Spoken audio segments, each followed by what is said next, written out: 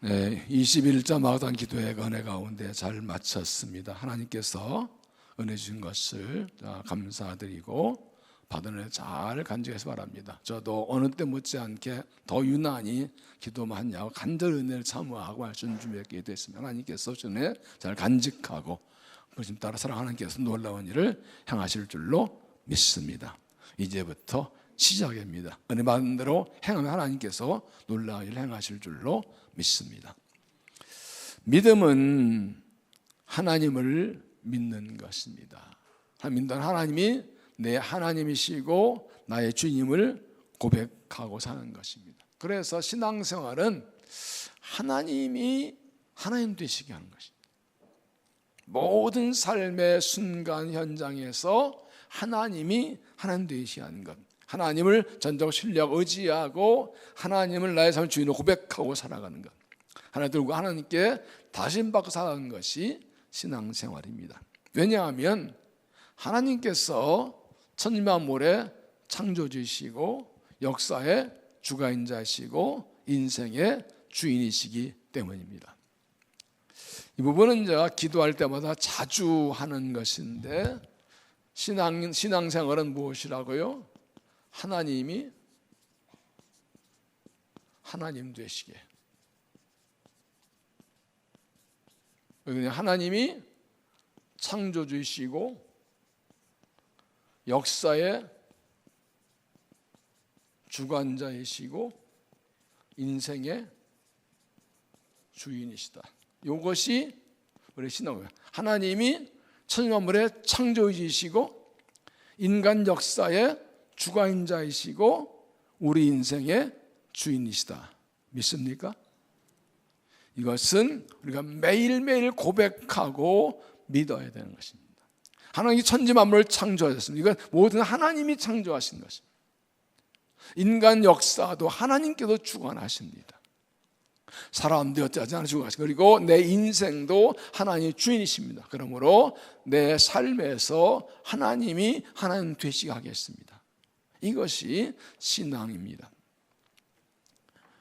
그래서 하나님이 창조주이시고 역사의 주관자이시고 인생의 주인이시기 때문에 모든 것은 하나의 뜻대로 됩니다.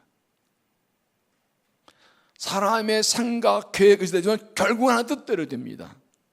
잠언 16장 1절에 마음의 경영은 사람에게 있어도 말의 응답은 여호와께로 나느니라. 9절에 사람이 마음으로 자기 길을 계획할지라도 그의 걸음을 인도하시니는 여호와시니라. 사람이 많은 계획 세우고 일을 하지만 결국에는 하나 뜻대로 되는 것이다.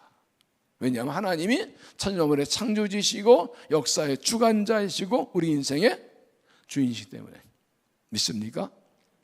그러니까 사랑 하나의 뜻과 계획을 모르더라도 알고 하나의 뜻과 계획을 인간이 무시하더라도 하나의 뜻을 계획을 방해하고 저항하더라도 결국 하나의 뜻대로 됩니다. 개인의 인생이나 국가 권력이나 대부분 하나의 뜻을 모르거나 역사를 보면 그것을 거부하거나 저항합니다. 그럼에도 불구하고 개인의 삶이나 국가의 권력이나 권력자, 부친 결국은 나라의 흥망성쇠도 하나님 손에 있습니다. 이 부분이 참 중요하고 어렵고 중요한 문제예요. 나라의 이 땅의 모든 나라들의 흥망성쇠도 하나님의 손에 있다. 하나님이 나라의 흥망성쇠를 주관하십니다. 이 부분을 함께 좀 살펴볼 것입니다. 이렇게 하나님이 천지의 만물의 창조주이시고 역사의 주관자이시고 내 인생의 주인이시라면 우리에게 요구되는 건 무엇입니까? 우리에게는 결단이 요구됩니다. 결단.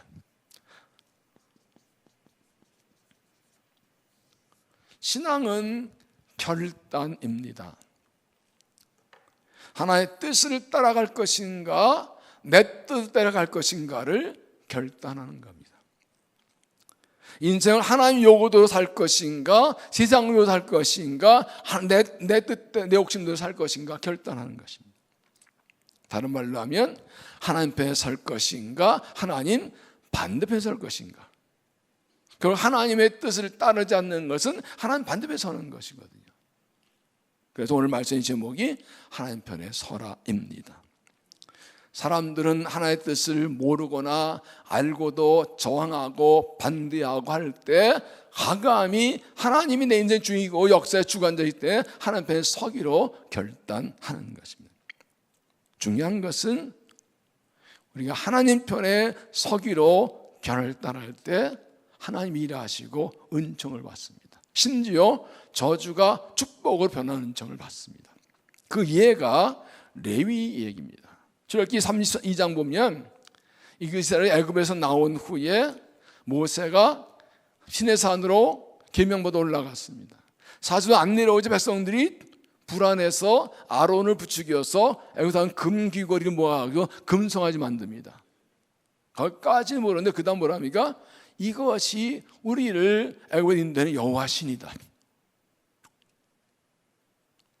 왜 그래서 인간이라는 존재가요, 눈에 안 보이면 불안해요. 하나님은 살아계신데 눈에 안 보이잖아. 모세 믿고 따라왔는데 400년 동안 야곱에 있는 신앙 바닥에 다 떨어졌는데 모세가 안 보이니까 불안하죠. 그죠? 올라가도 죽었나 보다. 언제? 그래서 아론 부추겨가지고 금송아지 만듭니다. 하나님께 놀라셔가지고 내려가라 모세에게. 저건 나 내가 싹 죽어버리고 내가 너를 다시 만들겠다.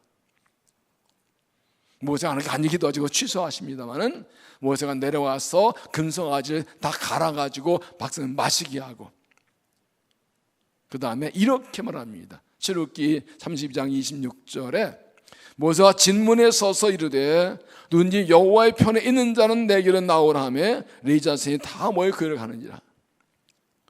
옆에 있는 사람 누구냐 했더니 레위 자손이 나옵니다. 그래서 그들에게 금송아지 만든 사람도 죽여라. 이때 3,000명이 죽임을 당합니다. 하나님의 진노죠. 그 후에 모세가 레위 자손에 이렇게 말합니다. 모세가 이르되 각 사람이 자기 아들과 자기 형제를 줬으니 오늘 여호와께 헌전하더니라 그가 오늘 너희에게 복을 내시리라. 레위 자손이 하나님 편 서서 하나님의 일을 했기 때문에 복을 받을 것이다. 이분이 왜 중요한가 하면요, 창세기 3, 4장 보면 시몬과 레위는 같은 어머니의 아들이거든요. 그런데 야곱의 딸 외동딸 디나가 세겜족 속에 축제를 구원했다가 세겜 추장의 아들에게 욕을 당합니다.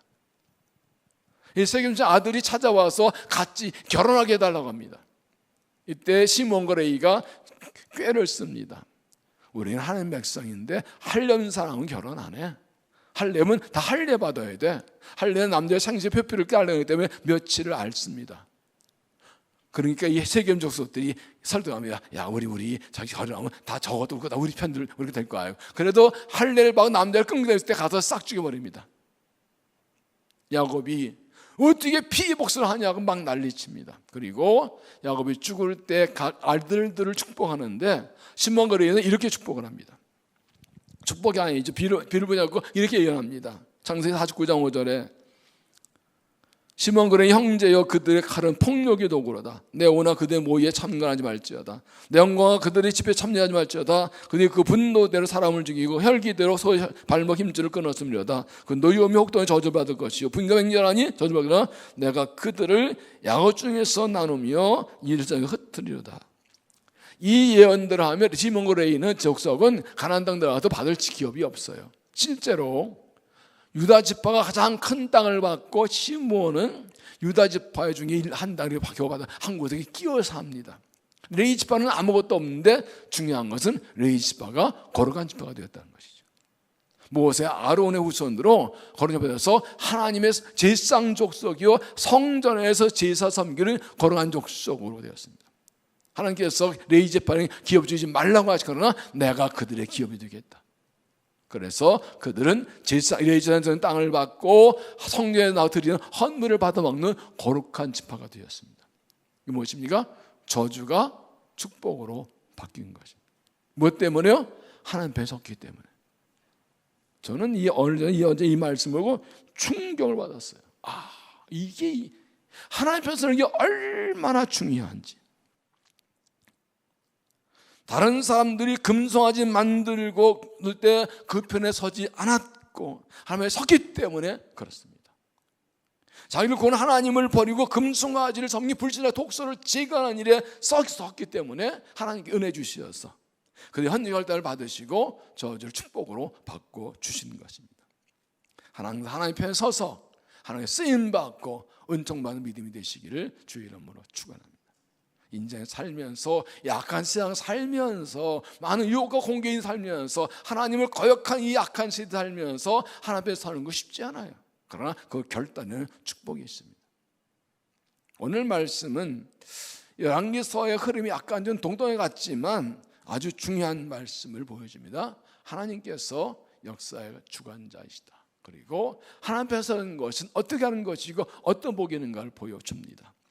어떻게 하나님 편에 설 수 있을까 하는 것은 첫째로 고난의 때에 하나님을 찾으라.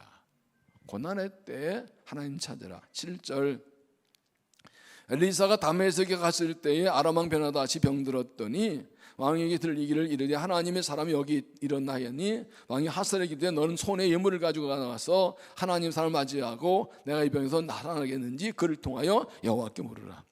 이 엘리사가 갑자기 적국 아람 나라로 갔는지는 이유를 모르겠어요.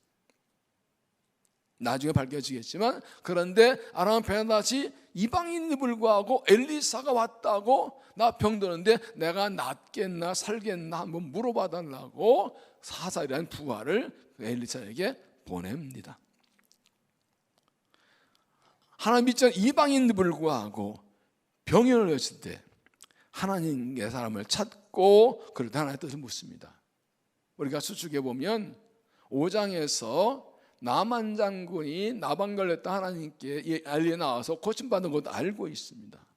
6장에서 엘리사가 있는 도당성을 포위했다가 실패한 일도 알고 있습니다. 하나님 사는 거 알고 있습니다. 이방 왕인데 자기 신이 있는데 이 엘리사 찾을 리가 없는데 병이 들었다는 거예요. 얼마나 병든지 죽을 것 같았다는 거예요. 그때 이 죽을 것 같은 때에 그는 엘리사라는 말을 듣고 하나님의 사람에게 사람을 보내 묻습니다. 내가 살게 수 있을까요?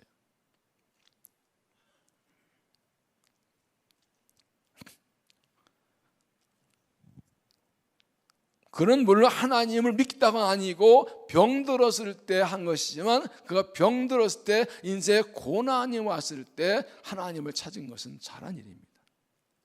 사람들은 그래요.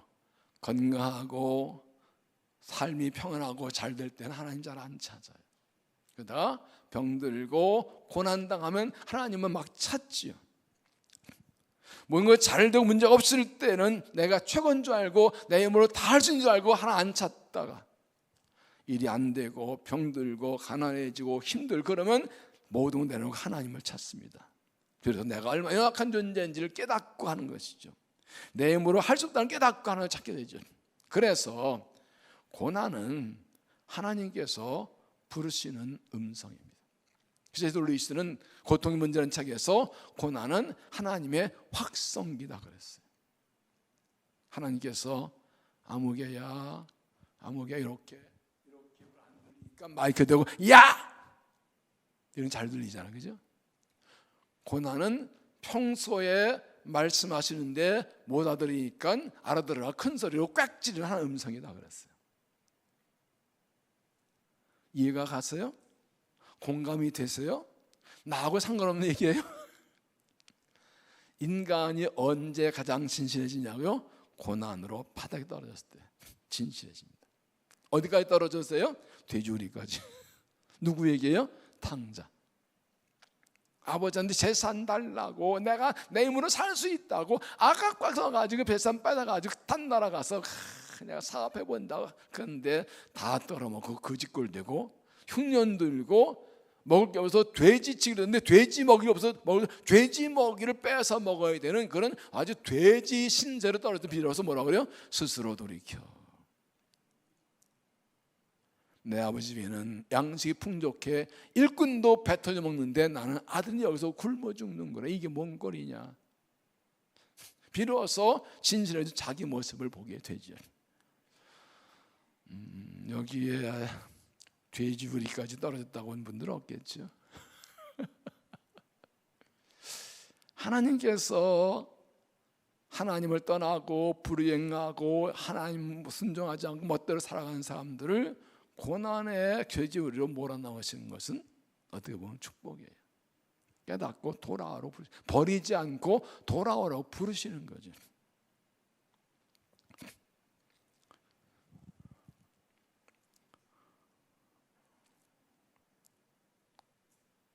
고난당할 때는 그러므로 하나님께 돌아갈 때입니다. 하나님께서 기다리고 계시고 부르시는 때입니다.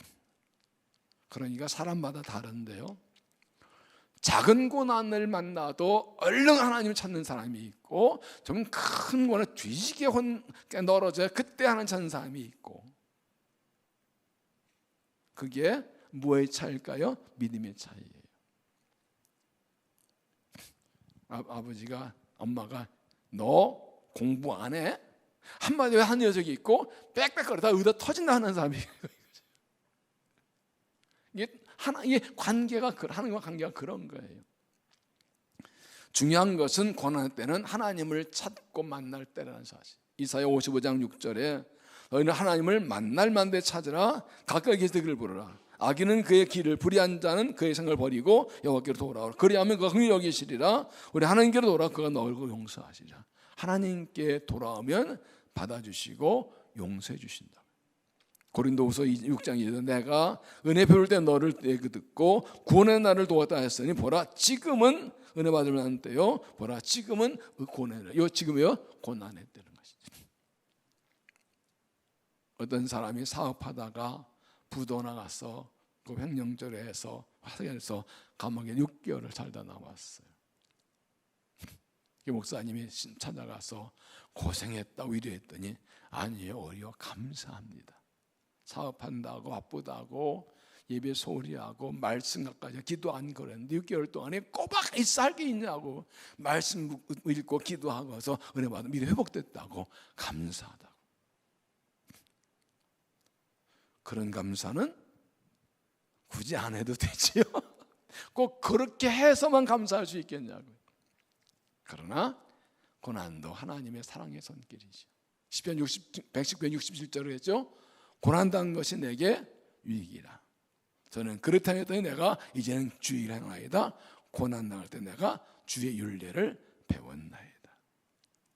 그러니까 믿음 없는 사람도 고난에 대해서 낙심, 절망, 원망, 실망, 불평하지만 하나님 사람, 하나님 백성은 하나님을 찾고 말아요. 고난당한 것이 유익이다. 고난은 오히려 은혜 받을 때이죠. 이렇게 비유를 합니다. 여러분 아들, 딸들, 자녀들 기르시는데 애가 잘 먹고 잘 놀고 문제 없을 때는 멀리서 그냥 보고 있죠. 왜? 그러나 애가 아플 때는 어떻습니까? 바짝 끼고 있죠. 바로 옆에 있죠. 돌봐주려고.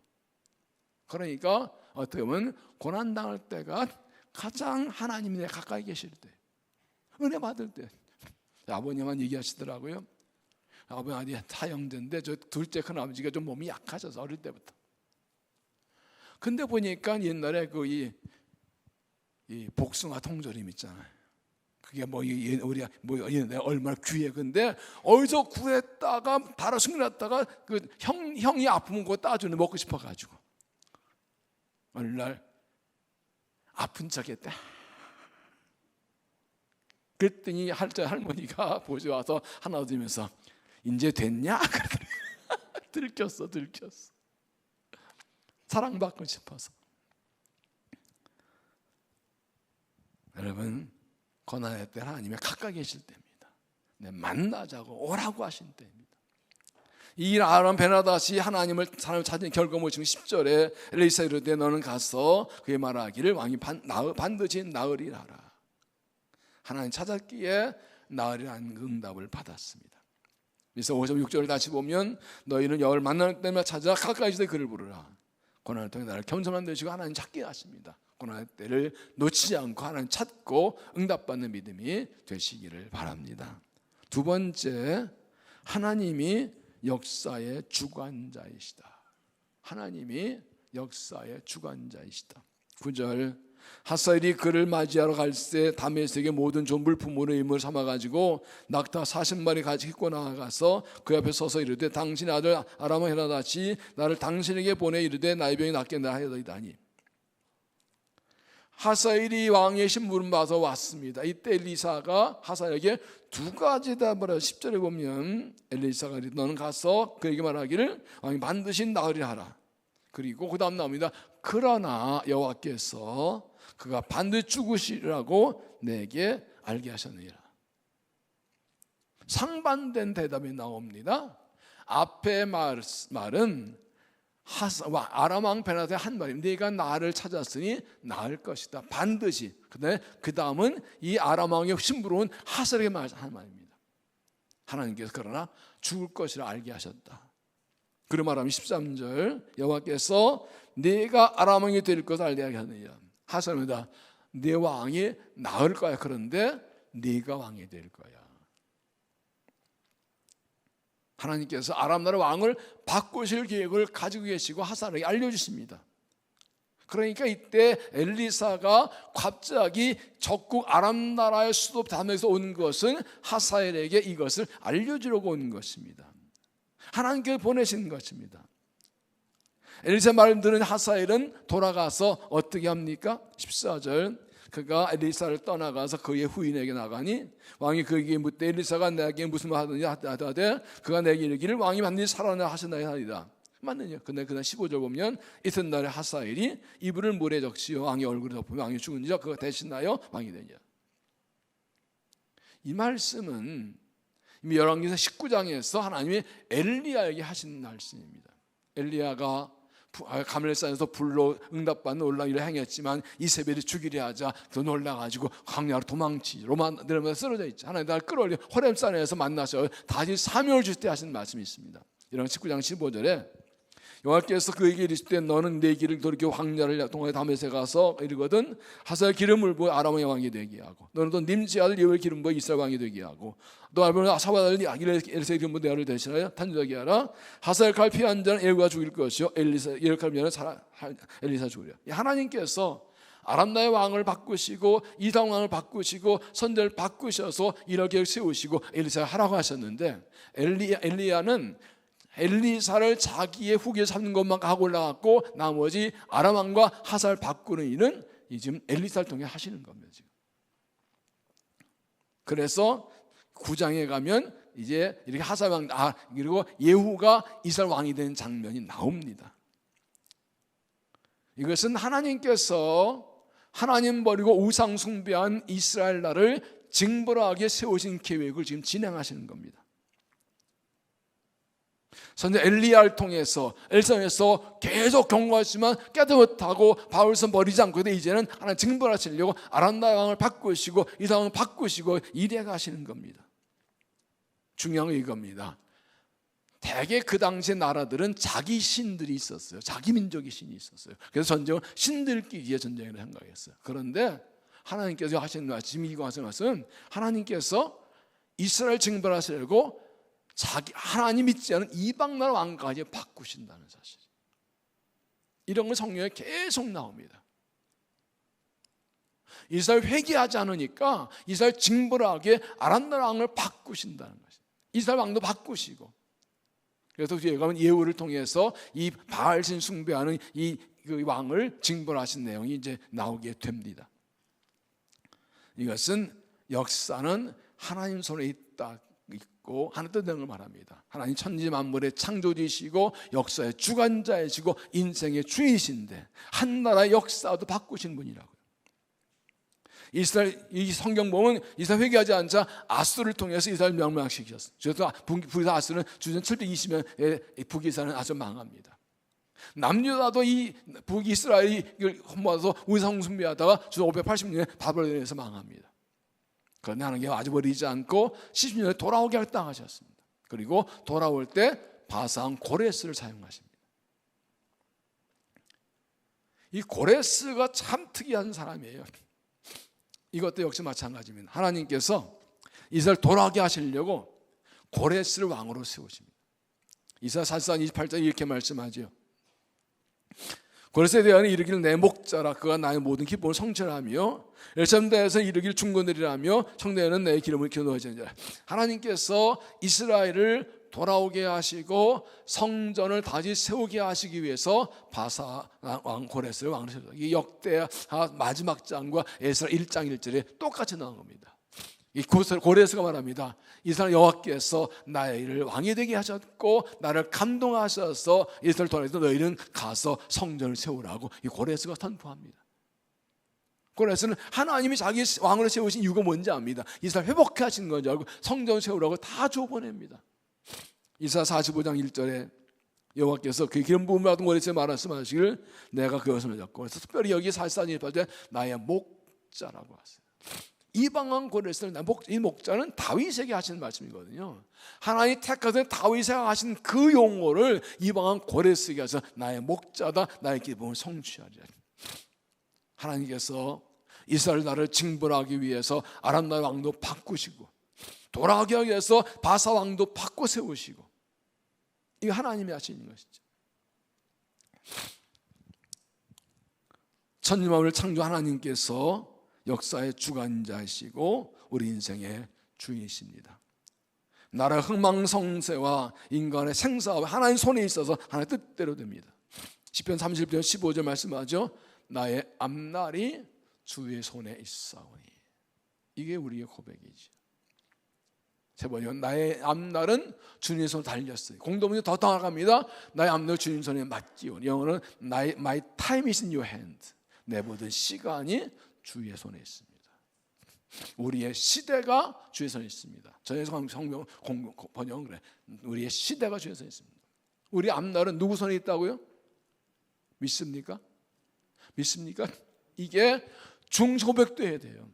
왜? 하나님이 세상 창조 나를 만드셨다고요. 그분이 내 인생 주인이시라고요. 내가 죄로 멸망해 죽는데 아들 주셔서 나를 구원하셨다고요. 그만큼 나를 사랑하신다고요. 그분이 내 인생 주인이 맞다고요. 고린도서 16장에 뭐라고 했습니까? 너희 몸은 너희 것이 아니라 값으로 산 것이었으니 그러므로 너희 몸으로 하나님께 영광을 돌려. 내 인생 내 거 아니에요. 그분 거예요. 노예가 있을 때 어떤 사람이 와서 값을 대신 주고 그를 사고 풀어주는 것처럼 우리가 죄의 종이었을 때 하나님께서 아들 예수의 피로 값을 치르고 우리에게 자유를 주셨어요. 우리는 하나님의 것이 되었어요. 본래 자리로 돌아가서 하나님의 자녀인데 죄를 하나님 떠나 있다 하나님의 십자가 본받고 하나님 자녀의 자리로 돌아왔어요. 이제 그 십자가에서 은혜 감사 영광 위에 살아가는 것이. 우리 고백합니다. 나의 앞날이 주의 손에 있습니다. 이 말은 무엇입니까? 나의 앞날을 주님 뜻대로 하시옵소서. 하나님이 역사의 주관자이고 인생의 주인이시니 하나님 뜻대로 하시옵소서. 신앙은 그 무엇입니까? 하나님 내 소원 이루어져서가 아닙니다. 주의 뜻대로 하소서. 내 소원과 인생의 계획을 이루어달라고 도움구하는 것이 아니라 하나님이 나의 주인이시고 역사의 주인 하나님이 나를 통일해서 하나님 뜻을 이루시옵소서. 나의 앞날이 주에서 있습니다. 이것이 우리의 고백이 되어야 됩니다. 그래서 역사의 변천기, 국가의 변천기에 보면 하나님을 모르는 사람들은 말이 흡수를 답니다. 2절이 사람 따라가고 흐름 따라 세상 흐름 따라가고, 그러나 하나님의 백성들은 중심이 있습니다. 하나님이 역사의 주관자이십니다. 하나님 인생의 주인이십니다. 잠언 19장 21절 사람의 마음에는 많은 계획이 있어도 오직 여호와의 뜻만 온전히 서리라. 세 번역 사람의 마음에 많은 계획이 있어도 성취된 것은 주님의 뜻뿐이다. 하나님이 역사의 주관이 고백하고 내 인생이라 고백하고 하나님의 뜻을 분별 한 바라보고 주의 편에서 주의 뜻에 따라가는 믿음이 되시기를 주의 이름으로 축원합니다. 세 번째, 하나님은 자기 백성을 불쌍히 여기신다. 하나님은 자기 백성을 불쌍히 여기신다. 11절 하나님 사람이 그가 부끄러워하기까지 그 얼굴 쏘아보다가 우니 하사리되 내 주여 어찌하여 우시나이까 하는지라. 대바된 네가 이스라엘 자손에게 행할 모든 악을 내가 알미라. 내가 그들의 손에 불을 불뜨며 장로가 칼로 죽이며 어린아이를 맺히며 아이벤 분이라 가리라. 엘리사가 하사엘에게 네가 왕이 되리라 하마라고서는 이렇게 보다가 웁니다. 왜 우냐 그랬더니 네가 아람 왕 되어서 이스라엘 나라를 칠 것 생각하니까. 어떻게 어느 정도로 이스라엘을 친다고요? 성을 불을 찰고 장정을 죽이고 어인을 맺히고 아이벤 부녀를 가르래. 10장 13절 보면 이 엘리사 말대로 하살 아람 왕 때와 이스라엘 아주 무자비하게 징벌을 합니다. 이거 미리 알고 오는 거예요. 근데 여기 운이라는 단어가 에베카라고 하는데 애통하다, 통곡하다는 뜻입니다. 엘리사 하나님의 뜻에 따라서 하사엘에게 내가 아람 될 것이야 말해놓고는 이 하사엘이 아람 왕 되어서 하나님 백성을 막 공부할 생각하니까 너무 가슴아파가지고 통곡을 한 거예요. 아무리 하나님 백성이 죄를 지었어도 하나님의 징벌을 받아도 당할 고통이 늘 보이니까 막 성을 불사 아이를 맺히고 그 끔찍한 게 보이니까 통곡하며 오는 거예요.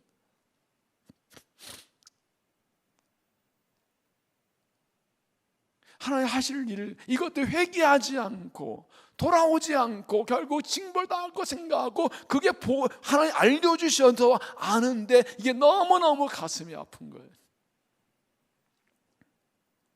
이것은 엘리사의 마음, 자기 백성의 마음뿐 아니라 이것은 하나님의 마음입니다.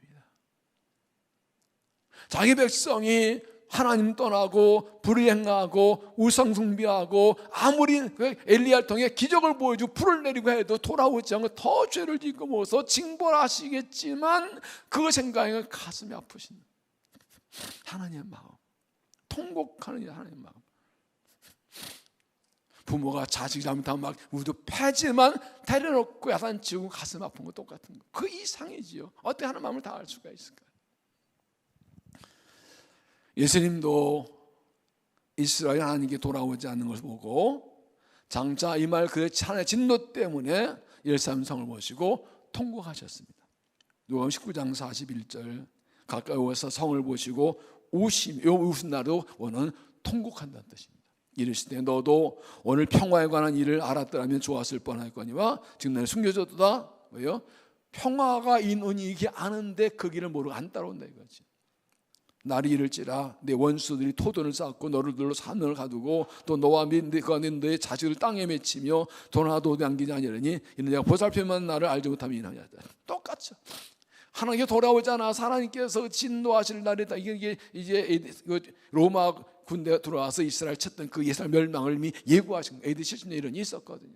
미리 아시고 보시면서 통곡하십니다. 다른 곳에서는 암탉이 병아리를 품듯이 내가 널 품으려 너희가 거절했다면서 통곡하십니다. 하나님의 마음이죠. 요한 24장 27절 보면 또 백성과 및 그를 위하여 가슴 슬퍼온 자 여전의 무리 따라오니라. 십자가에 올라가실 때 모습이죠. 예수가 돌이켜 그들을 향하여 이르실 때 일선의 딸들아 나를 위하여 울지 말고 너희와 너희 자녀들을 위하여 울라. 보라 날이 이르면 사람의 말하기를 잉태하지 못한 이와 해하지 못한 배와 먹이 못한 자의 복이 있다 하느니라. 그때 사람들이 산들을 대어 우리 위에 무너지라 하며 장산들 대어 우리를 덮으리라 하리라. 푸른 나무에 네가 가져거든 말은 어떻게 되리 하느냐. 하나님 뒤에서 아들 메시아를 보내셔서 구원하려 하시는데 하나님이 알아보지 못하고 하나님 아버지 못 깎아 죽이는 그 죄악들, 그로 인해 장차 당할 이 앞에 말했던 그 심판들을 보시면서 말씀하시는 너희들이 내가 죽는다고 우는데 그보다 더 중요한 거 너희 창찰 너희와 너희 잔당할 때문에 너희 자신들을 울어야 돼.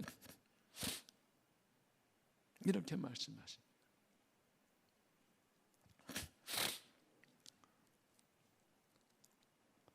이건 두 가지인데 하나는 우리도 엘리사처럼 울 수 있는 믿음이 있어야 되는 거예요. 엘리사 하나님의 심판을 경고하고 심판을 예고하고 그리고 회개하지 않고 심판받을 것을 자기 백성들이 당할 고난과 징벌 때문에 가슴 아파 통곡하며 우는 것처럼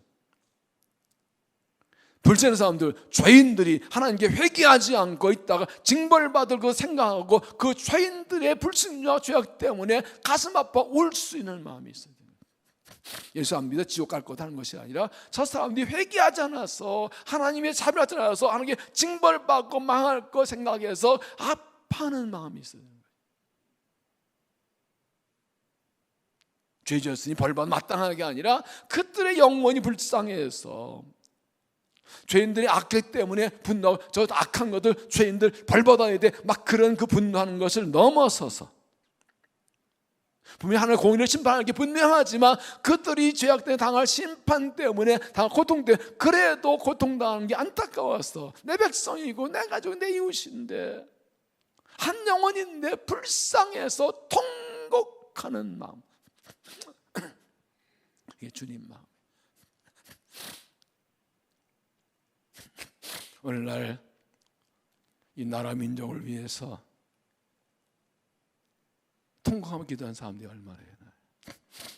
한국교회를 위해서, 교회를 위해서, 고통하는 사람들을 위해서, 믿지 않는 영혼들을 위해서, 장정 하나님의 심판 때문에 안타까워서 공복에 달고 눈물로 기도하는 사람들이 얼마나 되나요? 자기 문제 때문에 우는 사람들은 많지요. 나 살려달라고. 죄인들 때문에, 악인들 때문에, 당할 환난 때문에, 심판 때문에, 고통당한 사람들 때문에 안타까운 마음으로, 주님 마음으로 우는 사람들. 그렇게 울 수 있는 그게 영적 부흥이지요.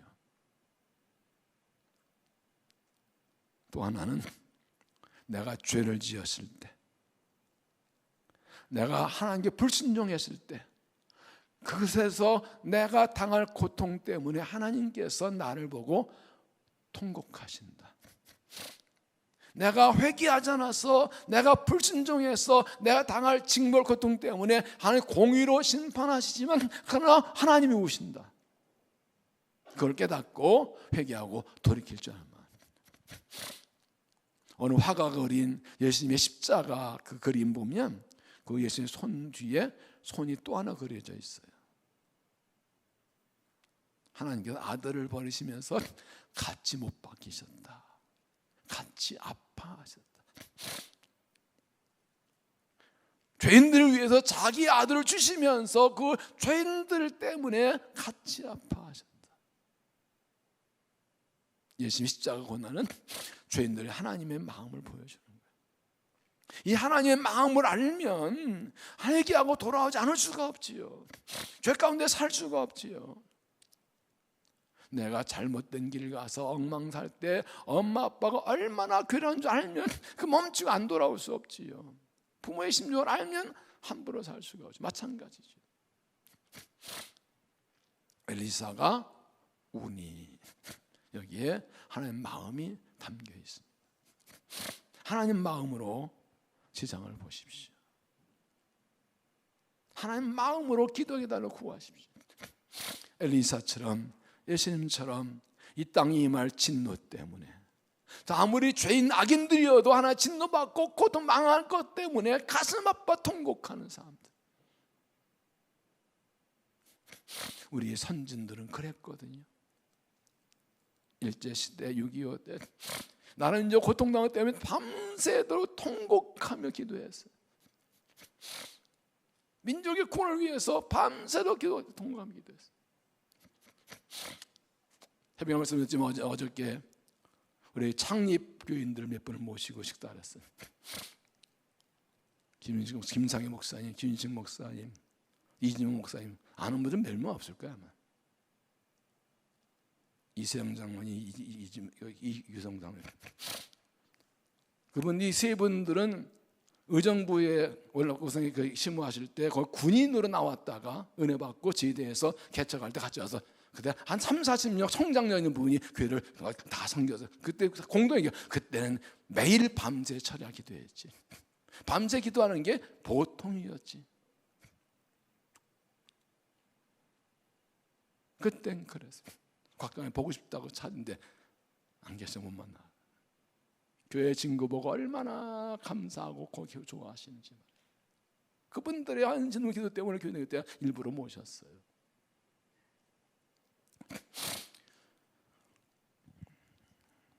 자기 죄를 보고도 엄청 죄를 짓고도 깨달아보다는 사람인가 하면 작은 죄 하나 때문에 우는 사람. 내가 하나님을 아프게 했네. 내가 하나님 우리 아버지 아프게 했네 하고 통곡하며 울 줄 아는 사람. 그게 진짜 회개지요. 죄를 회개가 이 벌이 무서워하냐 아버지 마음을 아픈 것 때문에 눈물로 회개하는 것이지. 오늘 눈물의 기도가 필요한데, 눈물의 사랑이 필요한 때입니다. 하나님께서 자기 백성을 심판하시면서도 그게 안타까워서 통곡하시는 엘리사도 하나님 마음을 알고, 하나님 마음을 알고 함께 울고 하나님 마음을 함께 돌아오고, 하나님의 진노와 심판은 징계가 목적이 아니라 구원이 목적인 것이라. 그래서 이 선지서에 보면 이 선지자들이 심판을 행동해서 또랑깡 외우면 돌아오라, 돌아오라, 돌아오라, 돌아오면 구원하시리라. 하나님의 마음을 알고 하나님께 돌아오고 주의 마음으로 기도하고 섬기는 믿음이 되시기를 바랍니다. 마지막 네 번째, 삶의 순간마다 믿음의 결단이 요구된다. 삶의 순간마다 믿음의 결단이 요구된다. 7절 15절까지 북이스라엘 역사와 영현실을 쭉 마지막 16절도 갑자기 이제 남유다 이야기를 합니다. 이 역대기서는 주로 이 남유다 중심 역사고 열왕기상하는 북이스라엘 역사인데 가끔가다 남유다 역사가 끼어들어온 이유가 무엇입니까? 남유다도 부정형 와서 우상숭배에 빠졌다는 거 말입니다. 그런데 이 남유다가 이렇게 우상숭배에 빠진 것은 북이스라엘과 혼인관계 맺게 되면, 그 당시에도 이 정략결혼이 많이 있었죠. 17절 보시면 여호람이 왕이 될 때 나이가 32세, 예루살렘에서 8년 동안 통치하니라. 그가 이스라엘 왕들의 길을 가서 아비가 가하였으니 이는 아벨의 딸이 그의 아내가 되었음이라. 그가 여보시기에 악을 행하였으니. 남유다의 여호람이 하나님의 악을 했는데 그 이유는 아벨의 딸과 결혼하기 때문이라. 여기 아벨의 딸은 26절 아달랴입니다. 이 아달랴는 유다를 우상에 빠지게 한 사람입니다.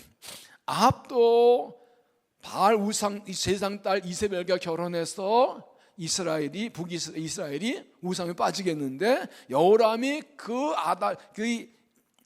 아합의 딸과 결혼해서 남유다의 우상 숭배가 들어오게 합니다. 26절 아하시야가 왕이 될 때 나이가 22세라 예루살렘에서 8년을 통치하니라. 그의 어머니 이름은 아달랴라. 이스라엘 왕 오므리의 손녀더라. 아하시야가 아버지의 절을 행하여 아버지 집까지 여보시게 악을 하였으니 이는 그의 아버지 집에 사귀게 됐으면. 보세요, 아달랴라는 여인이 아합의 딸인데 여호람과 결혼합니다. 그래서 자기 남편도 우상숭배에 빠지고 나라가 빠지고 자기 아들 아하시야가 우상숭배에 빠지게 합니다. 그래서 자기 아들도 아합이 사귀게 됩니다. 한 여인이, 여러 왕이, 남유다 왕이 북이스라엘의 우상숭배자 아합의 집 딸과 결혼한 것, 그것이 온 나라 우상숭배에 빠지게 만들었어요. 이게 남유다에도 바알 숭배가 들어온 시작이고 원인. 북이스라엘의 아합 왕은 바알 제사장의 딸과 결혼해서 우상숭배고, 그 바알 숭배나 우상숭배가 아합의 딸이 남유다 왕비가 되는 바람에 남유다 전체 퍼져버렸다고. 그러니까 보세요, 남유다에 볼 때 북이스라엘이 아합 때문에 바알 신숭배에 빠져서 하나님께 진노해서 3년 비도 안 오게 하고 막 이런 거 보면서 우리 우상숭배 안 되겠네 한 것이 아니라, 여호람이 왕이 된 후에 이 이스라엘 관계를 위해서 정략 결혼하면서 그 집을 따라 들여온 게 정치적으로는 안정을 될지 모르지만 결과 영적으로는 나라가 우상에 빠지는 결과를 가져왔다. 무엇을 위해 어떤 결단을 한 것 중요한 것이지요. 그 당시에 정세가 아주 심각하기 때문에 작은 나라이고 이 여러 강대이기 때문에 이스라엘과 힘을 합해서 이 나라를 지켜나가는 것이었습니다. 그러나 그렇게 해서 잠깐은 균형을 이뤄서 정세를 지켰지만 오래가지 못합니다. 22절 보면 이와 같이 에돔이 유다의 수하에서 배반하였더니 오늘까지 그러하 그때 일어나도 배반하였더니, 잠깐 정장이 거다면 다 배반하고 그래서 결국 약해집니다. 그리고 그렇게 정략결한 것 때문에 잠깐만 정치 안정이 있어 후에는 우상도에서 그 여인 때문에 온 나라 우상에 빠져 진노를 받게 됩니다. 결국 이것 때문에 주저 580년에 남유다도 3차에 걸려서 바벨론에 망하고 성전 파괴되고 포로로 잡혀간 것이죠. 현실적이고 정치적인 이유가 목적 때문에 한 잘못된 선택이 잠깐 삶의 이익이 있으나 영적으로는 망하는 길로 들어간 것이죠. 심판의 길로 들어간 것이죠. 이 역대상하에서 여기도 그렇지만 이스라엘 왕들의 이름을 쭉 적으면서 꼭 들어오는 게 있어요. 아무개는 왕인데 그의 어머니는 누구누구다. 이게 굉장히 나와요. 일부러 그렇게 기록해. 오늘 말씀에도 그렇게 얘기했죠. 계속 나옵니다. 의도적으로 계속 그러면. 그러니까 이 역대기서 기자는 일부러 이스라엘 유다 왕들을 기록하면서 특별히 그렇게 누구는 누구 아들 왕이 되는데 그 어머니는 누구다 하면 이걸 쭉 수없이 기록합니다. 왜 그럴까요? 누가 그 집의 아내고 누가 그 집의 어머니에 따라서 그 아들이 어떠냐 결정된다는 겁니다. 이 왕이 이렇게 믿음 좋은 것은 어머니 누구 때문이다. 이 왕이 이렇게 악한 왕이 된 어머니 때문이다. 이걸 말하고 있는 거예요. 다시 말씀드렸죠. 유대인들은 유대인과 이방인이 결혼했을 때 그 자녀를 유대인으로 결정하는 인정하는 기준이 있습니다. 아버지가 유대인이고 어머니가 이방인이면 그 아들, 딸을 유대인 인정 안 합니다. 우리 같으면 혈통이니까 남자가 그렇죠. 반대로 어머니가 유대인이면 남편이 이방인이라도 인정합니다. 왜냐? 자녀 신앙교육 엄마가 하는 거라. 그래서 어머니 중심에 이방인과 결혼했을 경우에 그만큼 이미 어머니가 자녀를 양육한다는 것을 그렇게 해서 디모데에서 말하죠. 내 믿음이 내 여점 로이스와 내 어머니 유니게에 있더니 그렇게 나와요. 결혼조차도 선택이 중요하다는 겁니다.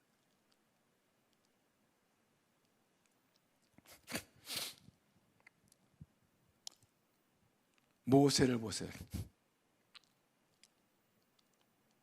바로가 히브리 민족을 죽이려 할 때 아들을 낳고 석 달 숨어 길리다가 칼 수 없이 갈대 상자에 넣어서 내보냅니다. 숨어 있는 마침 바로의 공주의 딸이 그를 데려갑니다. 이때 미리암이 나와서 유모 필요하죠. 그래가지고 자기 엄마를 유모합니다. 그래서 이 요셉의 어머니는 대단한 사람인데 지아를 기르려고 돈 받고 지아들 기른 사람이에요. 지아들 젖값을 받고 산 사람이 요셉이요. 근데 이게 왜 중요한가 하면요, 공식적으로는 그가 바로 공주의 아들이지만 실제는 어머니의 품에서 자랐기 때문에 그는 히브리 사람, 하나님의 백성이다. 이게 하나님의 섭리죠. 이스라엘 구원하시기 위해서 아들을 주시면서 공식적으로는 바로 공주의 딸이 되게 하시면서 자라는 건 어머니에게서 자라게 하셨어. 하나님 백성 되게 하시고 이 애굽의 문물을 익혀서 이스라엘 구원하기 하나님 섭리가 있었죠. 여기 어머니들의 얼굴이 상당히 긴장하고 결단의 모습이 보여요.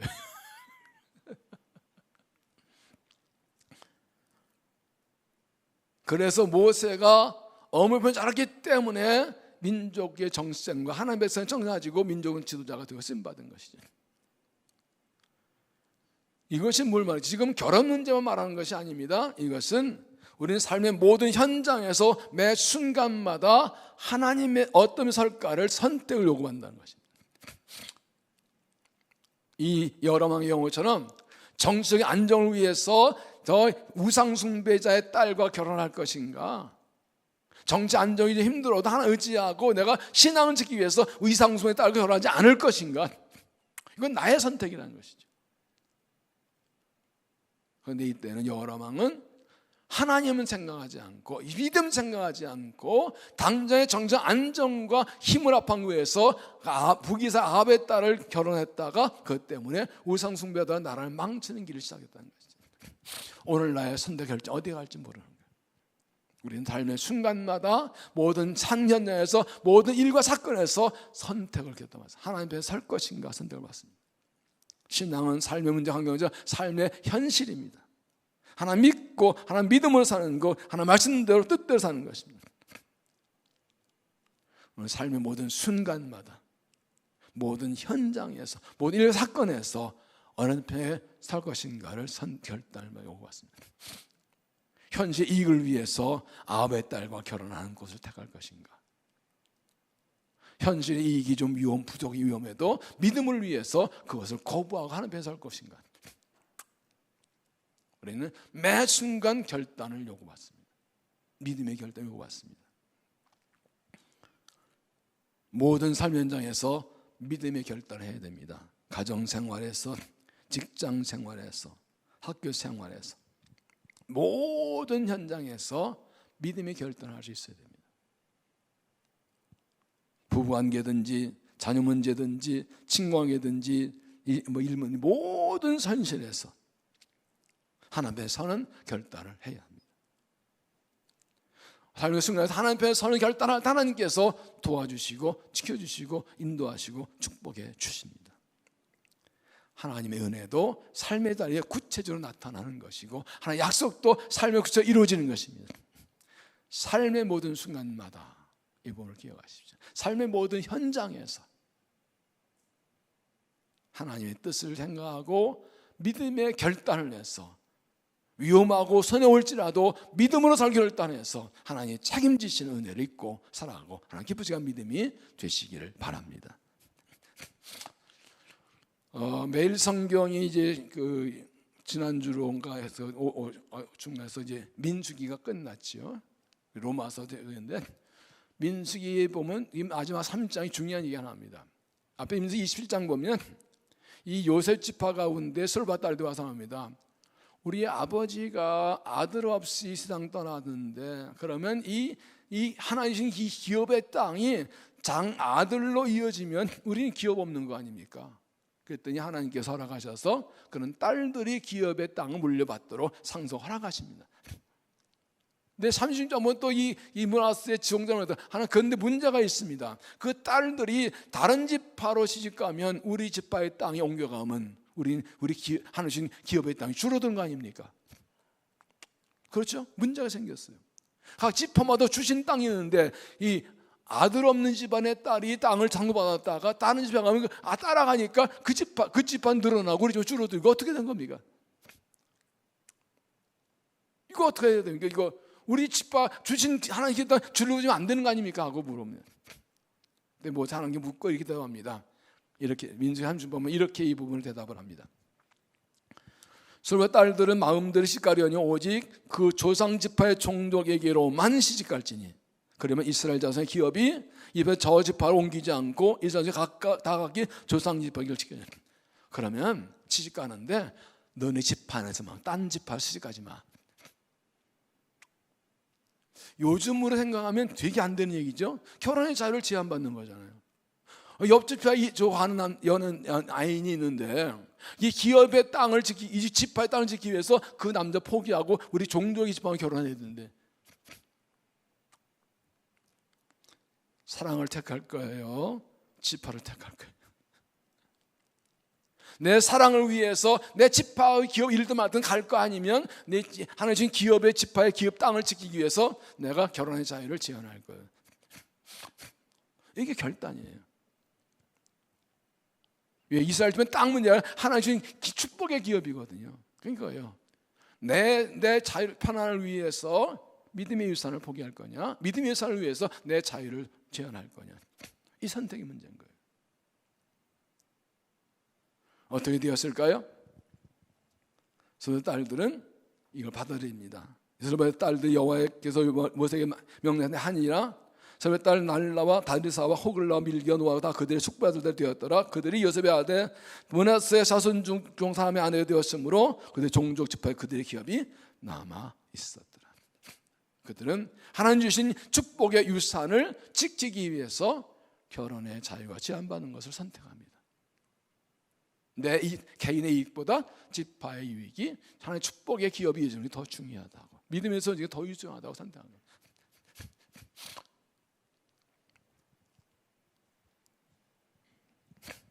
지금 열왕기 상하는 지금 북이스라엘 역사를 쭉 보여주는데 결국은 이 말씀을 하면 그들은 계속해서 잘못된 선택과 결단을 해서 나라가 망했다는 걸 보여주는 겁니다. 이게 역지사적으로 이게 보여주는 겁니다. 우리는 어떻게 할 것이냐. 우리에게도 신앙의 결단이 필요합니다. 고난의 때에 하나님을 찾으십시오. 하나님 베나처럼 하나님의 사람을 찾을 때 하나님 살리시는 은혜를 주십니다. 하나님 역사의 주인이십니다. 하나님께서 이스라엘 징벌 하시려고 아람나라 왕도 바꾸셨습니다. 하나님이 역사의 주관자이시고 인생의 주인이심을 고백하고 하나님의 뜻과 하나님의 변호사를 결단을 하셔야 됩니다. 하나님 자기 백성을 불쌍히 계십니다. 엘리사는 이스라엘의 심판과 징벌을 예고해 놓고 통곡하며 울었습니다. 엘리사가 얼굴 썩어도 운이라는 이 한 단어가 얼마나 큰 무게로 다가오는지 몰라요. 이 하나의 마음을 알고 회개하고 돌아오고 우리도 고통과 환난 중인 사람들, 죄악 중인 사람들 이런 영혼 때문에 아파하며 우는 믿음이 되어야 합니다. 삶의 순간마다 믿음의 결단이 요구됩니다. 하나님의 백성은 현재 유익 때문에 세상을 타협하면 안 됩니다. 모든 순간 현장에서 하나님께서 결단하고 세상 따라하지 않게 하나님께 책임져 주십니다. 삶의 모든 순간마다 결단이 필요합니다. 신앙은 결단입니다. 하나님 편에 서기로 결단하는 것입니다. 하나님 얼굴을 바라보고 알고 하나님께서 결단해서 이 자손처럼 하나님 편에 서기로 결단해서 하나님 쓰임받고 복을 받는 믿음 되시기를 주의 이름으로 축원합니다. 기도하겠습니다. 하나님, 우리를 택하고 부르셔서 하나님 잘 삼아주시고 주의 은혜 가운데 살게 하심을 감사합니다. 많은 환난과 고난이 있을 때라도 하나님을 찾고 주의 은혜로 살아 믿음 되기 원합니다. 하나님의 역사의 중앙에 고백하며 하나님의 뜻을 따라 삶의 모든 순간에 하나님의 뜻을 살기로 결단하고 주의 편에 사는 믿음이 되게 하여 주어서 하나님 백성을 보시면서 아파한 주의 마음이 남은되어서 하나님 마음으로 일하며 하나님 마음으로 기도하며 하나님 마음으로 주를 위해 살아가는 믿음 되도록 우리를 사용하여 주시옵소서. 이 밤에 말씀을 듣고 찬양 기도할 때 우리를 만나주시고 붙들어 주시고 주의 편에 서서 주를 위해 살아가며 승리한 삶 되도록 은혜를 더하여 주시옵소서. 예수님 이름으로 기도하옵나이다. 아멘.